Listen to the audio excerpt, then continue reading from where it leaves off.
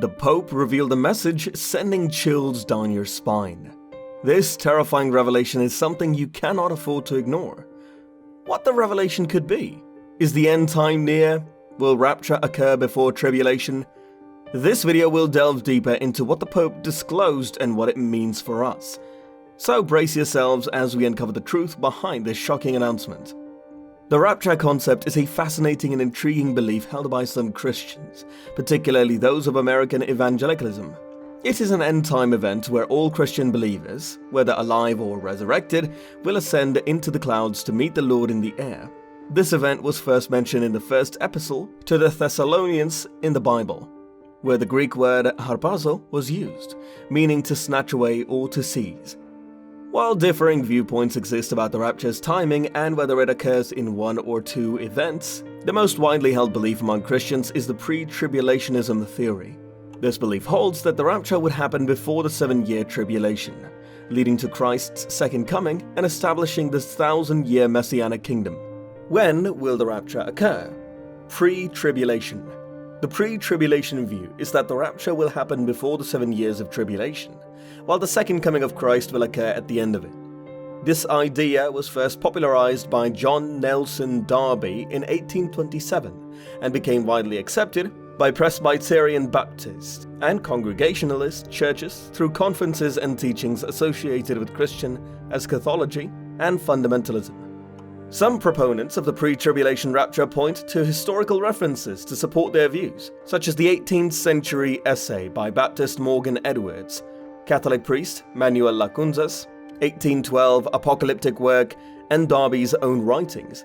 More recently, books like Hal Lindsey's The Late Great Planet Earth and Tim LaHaye's Left Behind series have brought rapture into popular culture.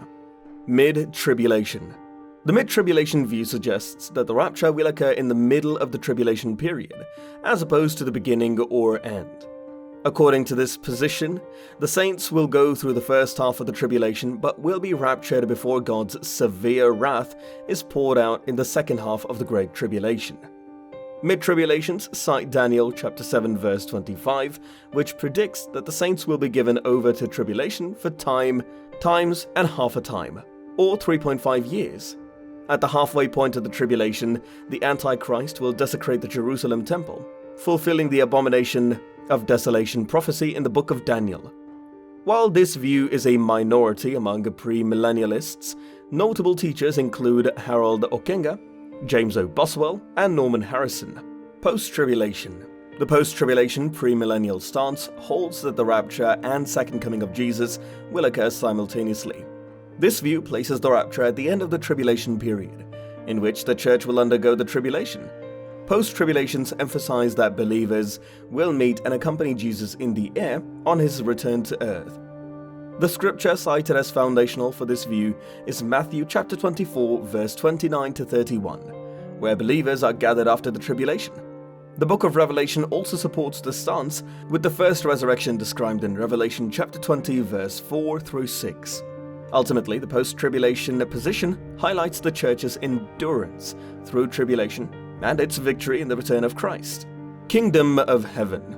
As a Christian, it's crucial to understand the true meaning of the Kingdom of Heaven, but unfortunately many of us fall into the trap of thinking it's a physical place we'll go to after we die, if we've led virtuous lives.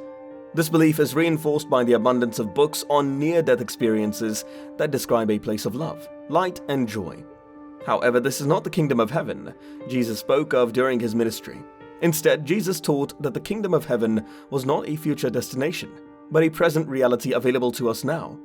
Unfortunately, many Christians miss this important point and miss out on the spiritual growth that comes from living in the kingdom of heaven here on earth. Understanding the kingdom of heaven is crucial for our spiritual growth. Jesus spoke of it extensively, and it's mentioned throughout the Bible, including in the book of Revelation. While it's true that there is an after-death heaven, the kingdom of heaven that Jesus spoke of is a tangible reality that we can experience in the here and now. Living in the kingdom of heaven means living in alignment with God's will, following Jesus' teachings, and loving our neighbors as ourselves. It means cultivating inner peace, joy, and love amid life's challenges. It's a way of life that brings us closer to God and helps us fulfill our purpose on earth. As Jesus said, the kingdom of heaven is within you. Luke chapter 17, verse 21. Moreover, Jesus taught us that the kingdom of heaven is not just a future destination, but also a present reality that we can experience right here and now. When Jesus began his public ministry, he proclaimed, "Turn away from your mistaken thinking, because the kingdom of heaven is at hand." Matthew chapter 4, verse 17. He wanted us to understand that the kingdom of heaven was already here in our midst, waiting for us to embrace it. Throughout his ministry, Jesus taught about the kingdom of heaven, healed the sick, and forgave sins, demonstrating its power and love.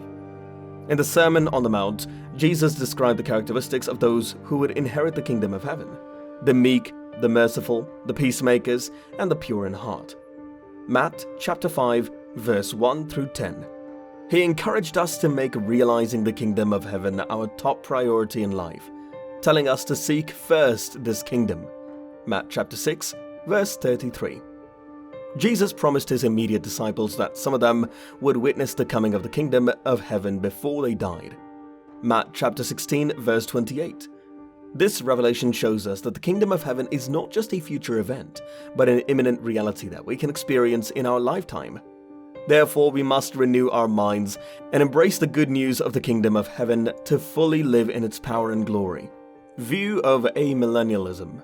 Revelation chapter 20 verse 1 through 6 provides a captivating vision where Satan is bound for 1,000 years so he can no longer deceive the nations. During this time, the souls of those who remained faithful to Jesus and did not worship the beast or its image came to life and ruled with Christ.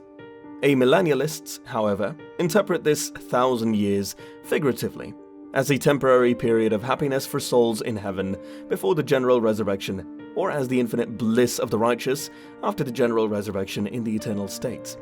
Contrary to the belief that Jesus will physically rule on earth for 1,000 years, amillennialists see the millennium as a symbolic number, representing the current church age. While Christ's reign during the millennium is spiritual, at the end of the church age, he will return in final judgment and establish a permanent reign in the new heaven and new earth.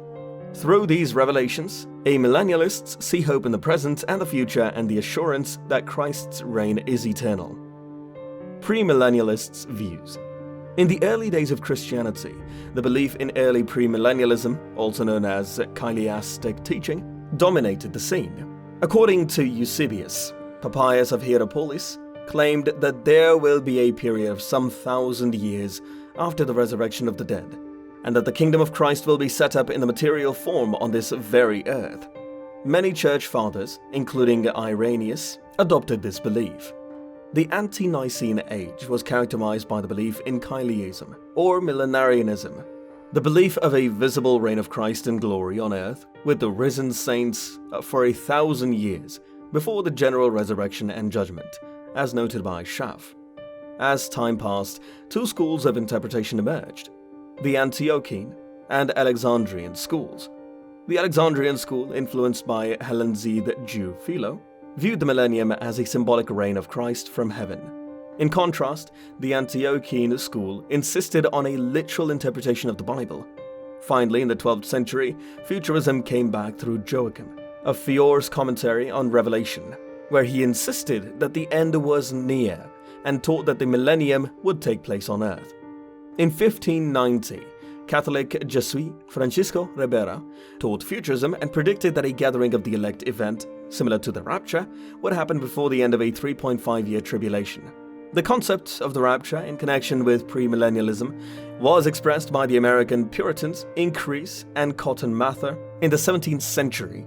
They believed believers would be caught up in the air, followed by judgments on earth and the millennium. The term Rapture was used by Philip Doddridge and John Gill in their New Testament commentaries, with the idea that believers would be caught up before the judgment on earth and Jesus' second coming. An 1828 edition of Matthew Henry's An Exposition of the Old and New Testament uses the word rapture in explicating 1 Thessalonians chapter 4, verse 17. In the early 19th century, Edward Irving developed the idea of a two-phase return of Christ, the first being a secret rapture before the rise of the Antichrist. According to Irving, there are three gatherings: the first fruits of the harvest, the wise virgins who follow the Lamb, the abundant harvest gathered afterwards by God, and lastly, the assembling of the wicked for punishment. Comment your views and subscribe for more.